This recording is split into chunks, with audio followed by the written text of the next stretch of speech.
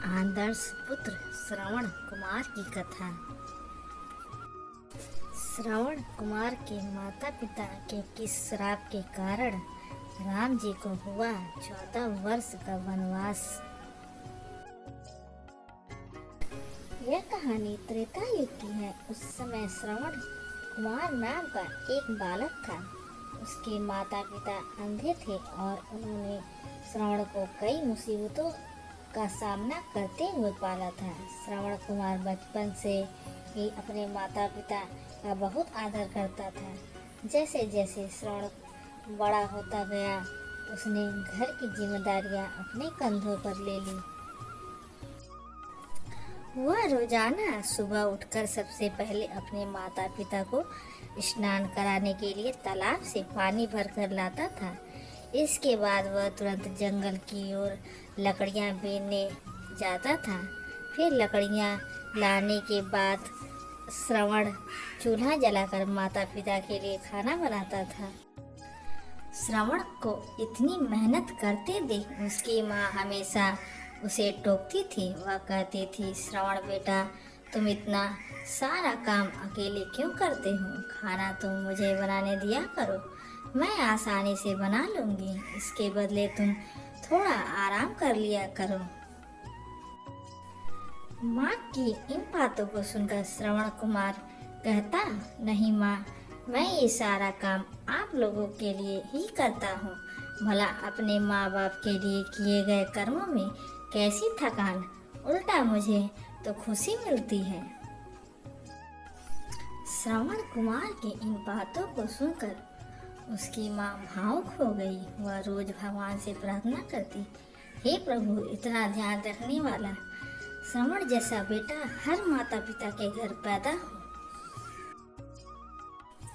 श्रवण के माँ बाप नियमित रूप से भगवान की आराधना करते थे। वह उनके लिए फूल और पूजा की अन्य सामग्री लाता, फिर खुद भी बिना देर किए माता पिता के साथ पूजा में शामिल हो जाता था। श्रवण कुमार धीरे धीरे बड़ा हुआ और जल्दी से घर के कार्यों को खत्म करके बाहर काम पर निकल जाता था। एक दिन श्रवण अपने माता पिता के साथ बैठा था। तभी उन्होंने श्रवण से कहा, बेटा, तुमने हमारी हर ख्वाहिश पूरी की है। अब हमारी केवल एक ही इच्छा है जिसे हम पूरी करना चाहते हैं। यह सुन श्रवण ने उनसे पूछा, ऐसी कौन सी इच्छा बाकी है जिसे आप पूरा करना चाहते हैं? आप केवल आदेश दे, मैं आपकी हर ख्वाहिश को पूरा करूंगा। इस पर श्रवण के माता पिता ने कहा, बेटा, अब हम बूढ़े हो चुके हैं और हम चाहते हैं कि मरने से पहले तीर्थ यात्रा के लिए जाएं। भगवान के शरण में जाकर हमें सुकून की प्राप्ति होगी। अपने माँ बाप की बात सुनकर श्रवण कुमार सोचने लगा कि वह उनकी इस इच्छा को कैसे पूरा करेगा। उस समय बस और ट्रेन की सुविधा नहीं थी, साथ ही उसके माता पिता देख भी नहीं सकते थे। ऐसे में उन्हें तीर्थ यात्रा कराना भला कैसे संभव हो पाता। तभी श्रवण कुमार को एक तरकीब सूझी। वह तुरंत बाहर गया और वहां से 2 बड़ी टोकरी लेकर आया। उसने उन दोनों टोकरियों को एक मजबूत डंडे में मोटी रस्सी के सहारे लटकाकर एक बड़ा सा तराजू बना लिया। फिर श्रवण कुमार ने उस तराजू में अपने माँ बाप को बारी बारी से गोद में उठाकर बैठा दिया।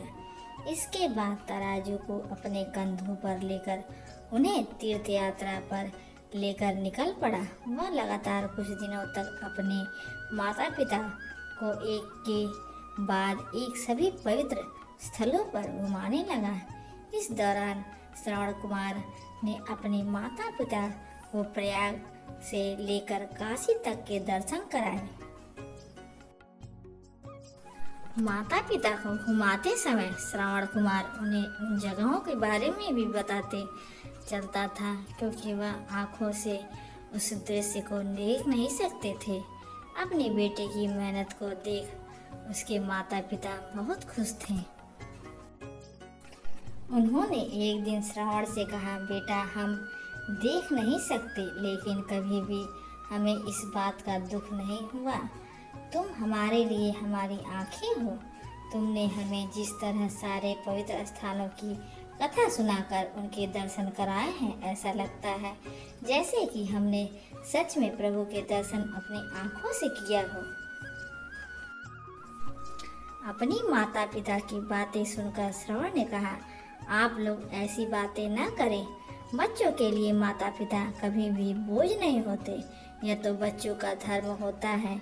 एक दिन श्रवण कुमार आराम करने के लिए अयोध्या के पास अपने माता पिता के साथ रुका। तभी उसकी माँ ने पानी पीने की इच्छा जताई। श्रवण को पास में ही एक नदी दिखाई दी। उसने अपने माता पिता से कहा, आप दोनों यहाँ आराम करें, मैं आप लोगों के लिए अभी पानी लेकर आता हूँ। नदी के पास पहुंचकर श्रवण कुमार कमंडल में पानी भरने लगा। उसी जंगल में अयोध्या के राजा दशरथ भी शिकार के लिए पहुंचे थे। पानी में हलचल की आवाज़ सुनकर उन्हें लगा कि कोई जानवर पानी पीने आया है। उन्होंने बिना देखे केवल ध्वनि सुनकर ही अपना तीर चला दिया। दुर्भाग्य से वह सीधे श्रवण कुमार को लग गया। तीर लगते ही वह चीख पड़ा। इसके बाद राजा दशरथ जब अपने शिकार को देखने पहुँचे तो वहाँ श्रवण था। वो तुरंत श्रवण कुमार के नज़दीक पहुँचे और कहा, मुझसे बहुत बड़ी भूल हो गई, मुझे माफ़ कर दीजिए। मुझे लगा कि बिल्कुल पता नहीं था यहाँ कोई मानव होगा। मैं इस गलती का पश्चाताप करने के लिए क्या करूं कि तुम मुझे माफ़ कर दो। तभी कहराते हुए श्रवण कुमार ने कहा, यहाँ से थोड़ी ही दूर जंगल में मेरे माता पिता बैठे हैं। उन्हें काफ़ी प्यास लगी है। आप उन तक यह पानी पहुंचा दीजिए और मेरे बारे में उन्हें कुछ भी न बताएं। इतना कहते कहते श्रवण कुमार की सांसें रुक गई। श्रवण कुमार की मौत से राजा दशरथ सुन्न पड़ गए। किस तरह वो श्रवण कुमार के मतानुसार जल लेकर उसके माता पिता के पास पहुँचे। श्रवण के माता पिता अपने बेटे की आहट को बखूबी पहचानते थे। जब राजा दशरथ उनके करीब पहुँचे तो उन्होंने आश्चर्य से पूछा, तुम कौन हो और हमारे श्रवण को क्या हुआ, वह क्यों नहीं आया? राजा दशरथ उनके सवालों का जवाब नहीं दे पाए। उन्होंने चुपचाप पानी उनकी तरफ बढ़ा दिया। तभी श्रवण की माँ ने चिंतित स्वर में जोर से कहा, तुम कौन हो और मेरा बेटा कहाँ है? ये बताते क्यों नहीं हो? श्रवण की माँ की चिंता देख कर राजा दशरथ ने कहा, माँ, मुझे माफ़ कर दीजिए। शिकार करने के लिए मैंने जो तीर चलाया था वह सीधे आपके बेटे श्रवण को जा लगा। उसने मुझे आप लोगों के बारे में बताया, इसलिए मैं यहाँ पानी लेकर चला आया। इतना कहकर राजा दशरथ चुप हो गए। राजा दशरथ की बात सुनकर श्रवण की माँ जोर जोर से रोने लगी। उन दोनों ने अपने बेटे की मौत के गम में राजा दशरथ के लाए हुए पानी को हाथ तक नहीं लगाया। श्रवण के पिता ने तभी राजा दशरथ को पुत्र वियोग का श्राप दे दिया। कुछ ही देर बाद श्रवण के माता पिता ने अपने प्राण त्याग दिए।